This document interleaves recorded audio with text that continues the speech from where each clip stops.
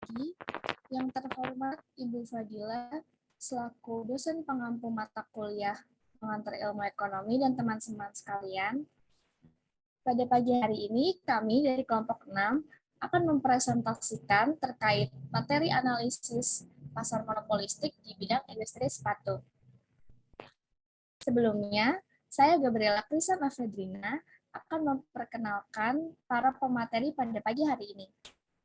Pemateri pertama, Saudari Rosiana, kedua, Saudari Novia Damayanti, pemateri ketiga, Saudari Novita Nurmala Putri, dan pemateri keempat, saya Gabriela Krisan Afedrina.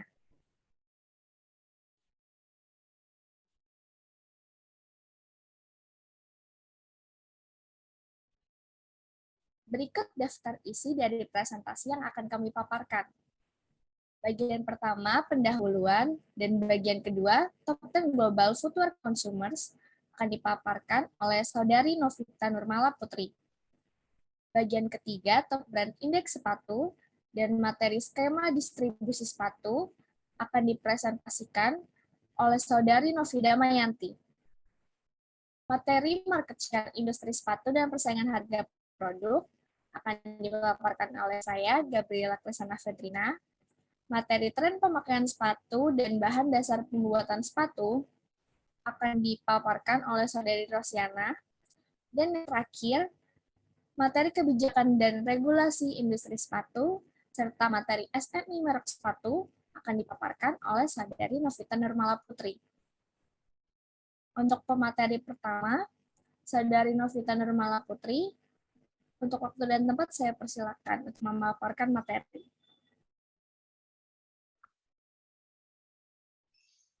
Baik, terima kasih Gabriela. Di sini saya akan memaparkan materi pendahuluan. Industri alas kaki merupakan salah satu sektor manufaktur andalan yang mampu memberikan kontribusi besar bagi perekonomian nasional. Indonesia sendiri masuk dalam 4 besar produsen alas kaki dunia setelah Tiongkok, India, dan Vietnam. Industri alas kaki di Indonesia tercatat ada 18.687 unit usaha yang terbagi dalam 18.091 unit skala kecil, yang dimana industri alas kaki skala kecil ini biasanya memproduksi sepatu kasual untuk memenuhi kebutuhan lokal. Lalu ada 441 unit skala menengah dan 155 unit industri alas kaki skala besar. Di mana dalam industri alas kaki skala besar ini biasanya dibentuk pabrikan yang memproduksi sepatu bermerek berdasarkan perintah dari pemegang merek tersebut seperti Adidas, Nike, Reebok, dan berbagai jenis merek lainnya. Perlu diketahui, dari 18.687 unit usaha ini mampu menyerap sebesar 795.000 tenaga kerja. Mengapa industri sepatu masuk dalam kategori pasar monopolistik? Yaitu karena memiliki jumlah produsen yang sangat banyak. Lalu adanya diferensiasi produk, seperti contohnya sepatu Adidas, Nike, Puma yang sama-sama merupakan sepatu olahraga namun memiliki ciri khas tersendiri. Lalu poin ketiga ada produsen bebas keluar masuk pasar.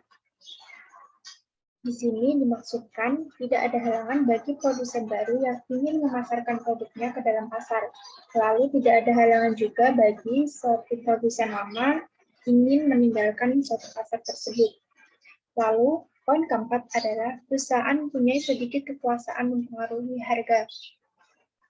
Hal ini dikarenakan sifat dari barang itu sendiri yaitu diferensiasi, di mana pembeli dapat bersifat memilih, artinya lebih menyukai produk dari perusahaan tertentu dan kurang menyukai produk dari perusahaan lain. Maka apabila suatu perusahaan ingin menaikkan harga produknya, maka konsumen yang akan membeli dalam produk tersebut tidak sebanyak sebelum kenaikan harga. Lalu ada juga apabila perusahaan menurunkan harga, tidak mudah untuk menarik konsumen lagi karena sebagian besar konsumen tetap membeli produk dari perusahaan lain meskipun harganya relatif mahal. Berikut adalah top 10 global footwear consumer in million pairs pada tahun 2019, yang dimana posisi pertama diduduki oleh China sebesar 4.143.000, di posisi kedua ada India, di posisi ketiga ada US, di posisi keempat ada Indonesia sendiri, yaitu sebesar 971.000 konsumsi sepatu. Di sini ditemukan fakta bahwa negara dengan konsumsi terbanyak mencerminkan populasi dari negara itu sendiri. Lalu kelompok kami juga menganalisis per kapita annual consumption di tahun 2019 sebesar 3,23 million pairs dan juga top 3 per kapita consumption, di mana nomor 1 diduduki oleh US sebesar 7,32 million pairs, dan di nomor kedua ada French, di nomor 3 ada Jepang sebesar 5,71 million pairs. Sekian pemaparan materi dari saya alihkan ke moderator. Terima kasih atas pemaparannya, Saudari Novita.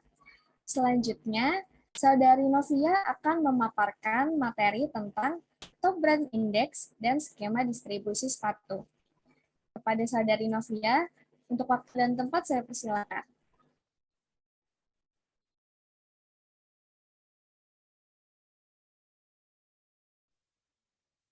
Baik, terima kasih kepada Gabriela. Di sini saya ingin menjelaskan tentang top brand indeks sepatu di tahun 2018. Nah, ini ada kategori sepatu sekolah remaja yang paling populer, yaitu merek Converse dengan presentasi sebesar 20,89%. Lalu untuk peringkat yang keduanya ditempati oleh merek Nike dengan presentasi sebesar 6,54%. Lalu untuk peringkat ketiganya ditempati oleh merek Bata dengan presentasi sebesar 5,3%. 5,5%.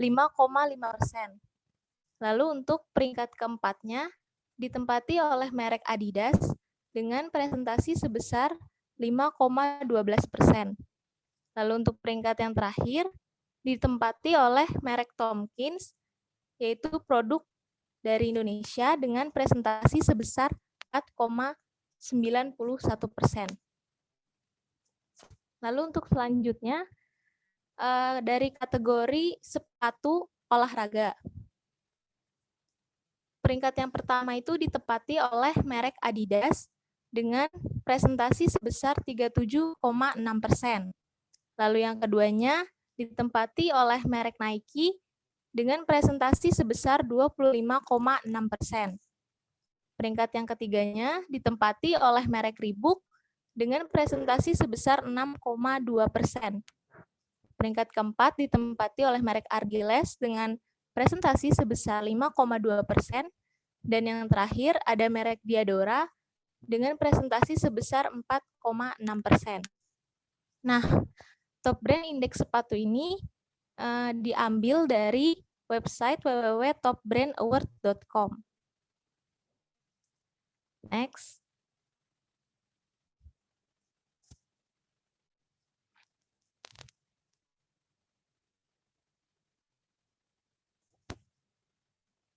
Lalu untuk berikutnya ada skema distribusi industri sepatu. Untuk membuat sepatu, sebuah pabrik sepatu memerlukan bahan-bahan yang diperlukan dari para pemasok. Nah, pemasok benang ini mendapatkan benang dari penghasil benang, yaitu dari perkebunan kapas. Lalu ada pemasok karet yang mendapatkan karet dari penghasil karet, yaitu di perkebunan karet. Lalu selanjutnya ada pemasok kain yang mendapatkan kain dari penghasil benang, di mana penghasil benang mendapatkan benang dari perkebunan kapas. Lalu ada pemasok busa yang mendapatkan busa dari penghasil busa.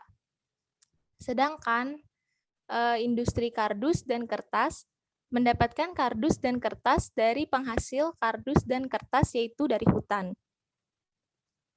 Nah, di SCM ini terdapat 4 pemasok, yaitu ada pemasok benang, pemasok karet, pemasok kain, dan juga pemasok busa.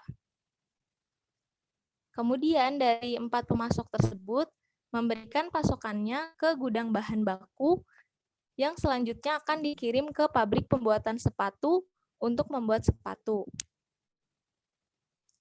Lalu setelah sepatu sudah selesai, maka sepatu yang sudah jadi dikirim ke bagian pengujian sepatu untuk diuji apakah sepatu tersebut sudah sesuai standar atau belum. Lalu setelah itu, terdapat industri kardus dan kertas yang diperlukan untuk membuat kemasan kardus pada sepatu.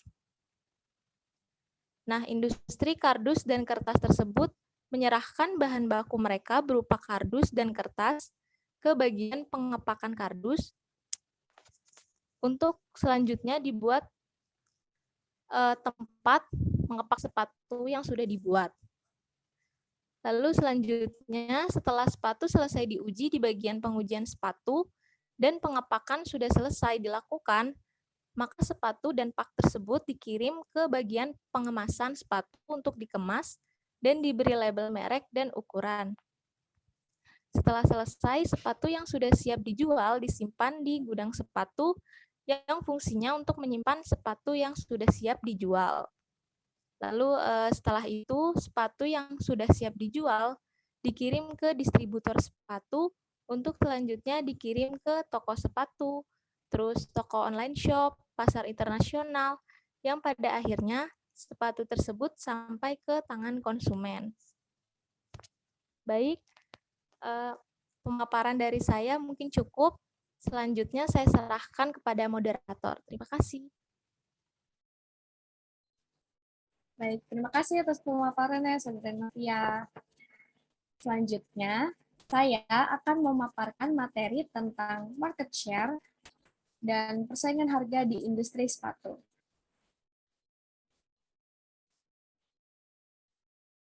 Asosiasi Persepatuan Indonesia mencatat perkembangan pangsa pasar yang dicapai oleh perusahaan Nike Inc.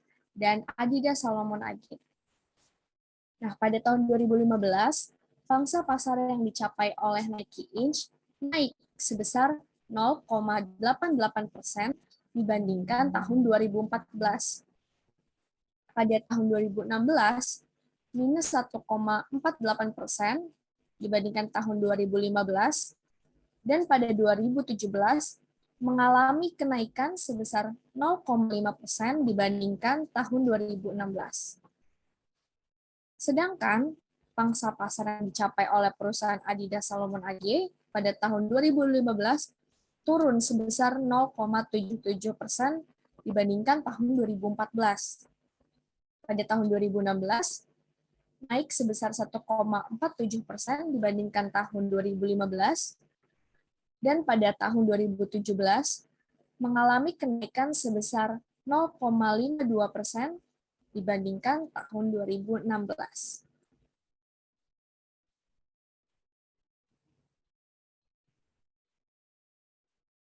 Nah, kelompok kami mengambil sampel dari 4 produk yang dimiliki 2 perusahaan tersebut, yaitu Nike Inc. dan Adidas Salomon AG. 4 produk tersebut adalah yang pertama, produk dari perusahaan Nike Inc. terlebih dahulu, Nike Free Metcon 4 seharga Rp1.799.000. Produk kedua, Nike Metcon 7 Fly Ease seharga Rp1.979.000. Produk ketiga, kita beralih ke produk perusahaan Adidas Salomon AG, yaitu Adidas Edge Game Day Shoes seharga Rp1.400.000.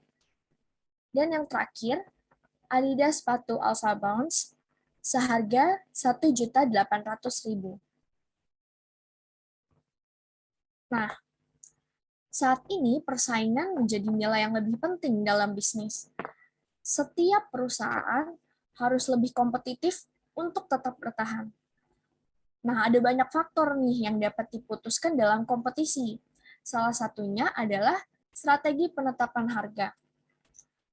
Dari tabel yang kita lihat, kita bisa melihat bahwa perusahaan Nike Inc. memberikan harga yang lebih tinggi daripada Adidas Salomon AG di pasar Indonesia.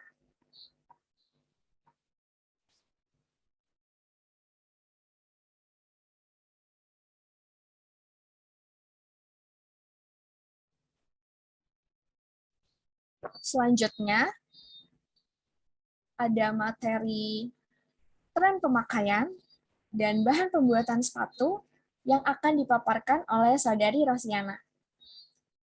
Kepada Saudari Rosiana, untuk waktu dan tempat saya persilakan.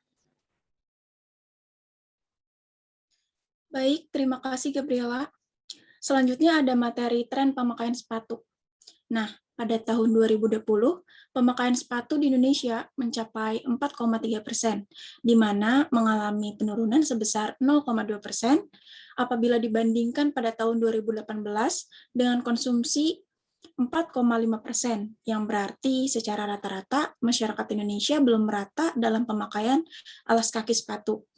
Kita bisa melihat dalam tabel tersebut, Indonesia pada tahun 2018 mencapai 4,5%, 2019 4,4%, dan yang terakhir 2020 4,3%. Next.